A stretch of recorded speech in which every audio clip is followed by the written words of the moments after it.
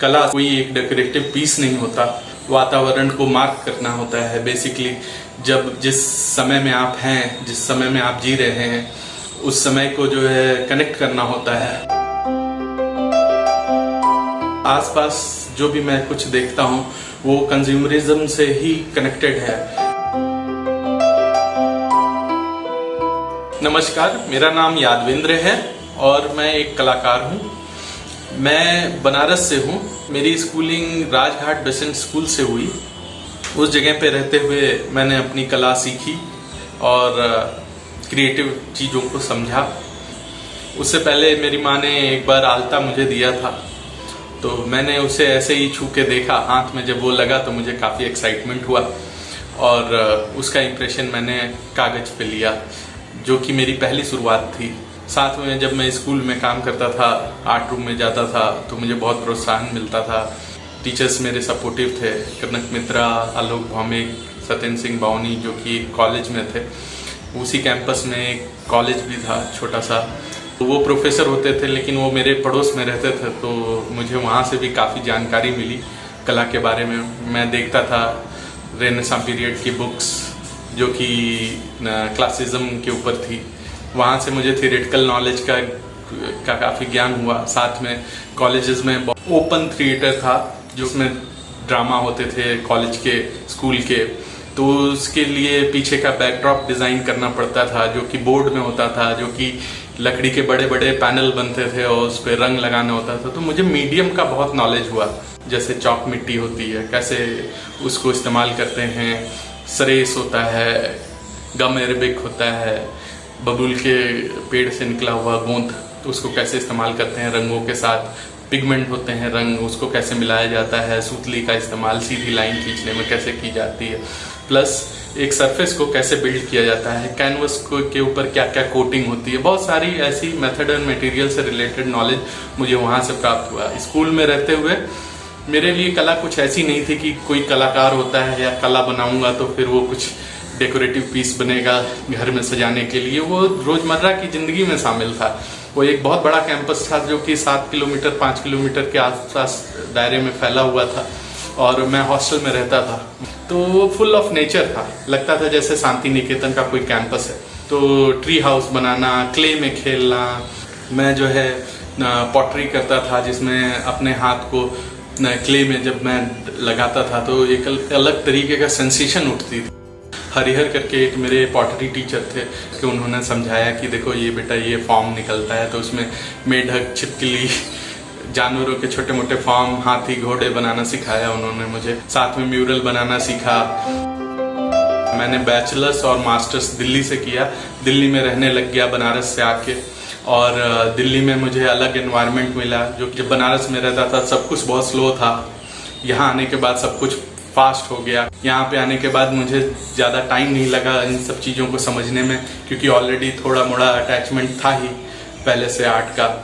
और art history जब पढ़ा तो मुझे लगा कि ये तो पुरानी चीज़ें हैं जिसको रीडिस्कवर कर रहा हूँ मैं।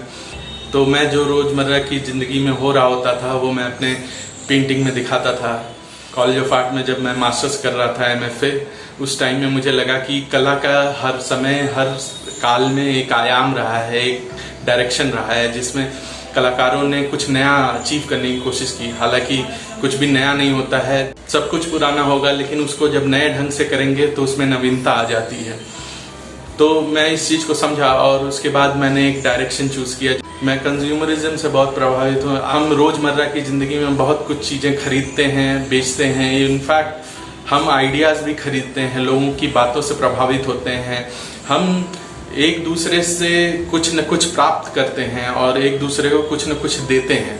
जब भी हम किसी से वार्तालाप कर रहे होते हैं तो हमारे बीच में दो अलग अलग दिमागों के बीच में एक संधि होती है, जिसमें हम एक दूसरे को अलग ढंग से फैक्ट से अवगत करा रहे होते हैं। और जब ये फैक्ट एक्सपीरियंस में कन्वर्ट होता है और विजडम बनता है, तो आदमी की जो कुशलता है, छवि है, वो बढ़ जाती है, और वो मेरे ख्याल से कला होती है।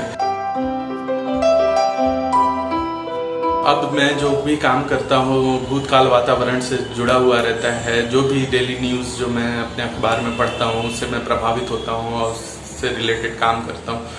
जैसे पॉलिटिकल रिजीम चेंज जो हो रही हैं, उसके अलावा जो रोज़मर्रा की ज़िंदगी में बदलाव हो रहे हैं, तो ना कहीं कलाकार उससे प्रभावित होता है और उससे इफेक्टेड होता है। वो अपने आर्ट वर्क में प्रोड्यूस करने लग जाता हूँ। मैं अपने आर्ट वर्क को उससे दूर नहीं रखता, रोज़मर्रा की ज़िंदगी से नज़दीक लाता हूँ और आपस में दोनों का समन्वय करता हूँ, जिससे कि मेरी लाइंस, मेरे फॉर्म्स, मेरे वर्क का एक आयाम बनता है। अगर मैं कहूँ कंटेम्प्रेरी आर्ट, तो ये भी एक समय था जो कि बीत गया। अभी जो समय है वो है post modern contemporary art. Post modern contemporary art में काफ़ी रफ्तार है। अभी के समय में न्यू मीडिया काफ़ी हावी है। न्यू मीडिया में हम देख रहे हैं साउंड आर्ट, देख रहे हैं वीडियो आर्ट, आर्ट परफॉर्मेंसेस जो कि रंग, ब्रश, कैनवस से हट के है, ड्राइंग से हट के है। ड्राइंग बेसिक्स हैं, लेकिन उन्हीं बेसिक्स के ऊपर टेक्नोलॉजी एक फॉर्मेट है, एक तरीके का फॉर्म है, एक तरीके का टूल है जो कि काफ़ी हावी हो गया है अभी के समय में। जैसे जैसे टेक्नोलॉजी ग्रो हुई, आर्ट भी बदलती चली गई। अभी के समय में आर्ट टेक्नोलॉजी एक साथ है, तो टेक्नोलॉजी को हम अंडरमाइन नहीं कर सकते, समय को हम अंडरमाइन नहीं कर सकते, वातावरण को हम अंडरमाइन नहीं कर सकते, हम उनको साथ में लेके ही चल सकते हैं। तो अभी के टाइम में जो न्यू मीडिया है काफ़ी प्रभावी है और मेरे ख्याल से जितने भी कलाकार हैं इस न्यू मीडिया को भी अपने मीडियम के तौर पे, अपने टूल के तौर पे इस्तेमाल करते हैं। इसलिए हम इसे कहते हैं पोस्ट टेक्नो सोसाइटी। तो ये सारी चीज़ें बहुत प्रभावित करती हैं कलाकार को, उसके कलाकार के मीडियम के तौर पे, उसमें नए आयाम ढूंढने के लिए। तो कुछ लोग कहते हैं कि ये मॉडर्न आर्ट भी एक टाइम पीरियड था। इसमें रजा सुजा हुसैन जैसे प्रोग्रेसिव आर्ट ग्रुप शामिल हुआ और उन लोगों ने एक नया आयाम दिया। लोग जनरली कोई भी पेंटिंग देखते हैं तो उसको अगर वो समझ नहीं पाते या फिर किसी तरीके से उससे कनेक्ट नहीं कर पाते तो उसे कह देते हैं मॉडर्न आर्ट है। लेकिन एक्चुअली मॉडर्न आर्ट एक मॉडर्न टाइम था। मॉडर्न से पोस्ट मॉडर्न टाइम आया, फिर कंटेम्प्रेरी आया। अब पोस्ट मॉडर्न कंटेम्प्रेरी आर्ट का टाइम है जो कि टेक्नो सोसाइटी है हमारी, वो प्रभावित करती है हमें। मेरा एक सोलो शो हुआ था विजुअल आर्ट गैलरी में, हैबिटेट सेंटर में, जिसमें अलका पांडे ने मेरा वर्क क्यूरेट किया था। उसके बाद मुझे आईआईसी में भी चांस मिला, जो कि मैंने एक सोलो शो आईआईसी में किया जिसका नाम था ब्लूज़ एक्चुअली एक तरीके का आर्ट फॉर्म है जो कि म्यूज़िक में होता है और उसी म्यूज़िक को, क्योंकि वो काले लोगों के द्वारा बनाया जाता था म्यूज़िक, तो मैंने सेकंड स्किन, सेकंड रेस, मार्जिनैलिटी के ऊपर काम किया था, जिसमें कंज्यूमरिज्म का बहुत बड़ा हाथ है। तो दोनों कनेक्ट करके मैंने उन कामों को प्रोड्यूस किया था। और उससे पहले मैंने जो म्यूज़िकल चेयर किया था, काफ़ी भूतकाल वातावरण को सोचते हुए मैंने उन कामों को प्रोड्यूस किया था। वो काम मेरे कुछ ऐसे थे जिसमें इम्पीरियलिस्ट आइडियोलॉजी ज़्यादा जुड़ी हुई थी। उसके merits, demerits, cause and effects प्रत्यक्ष दिखाई देते थे मेरे कामों में।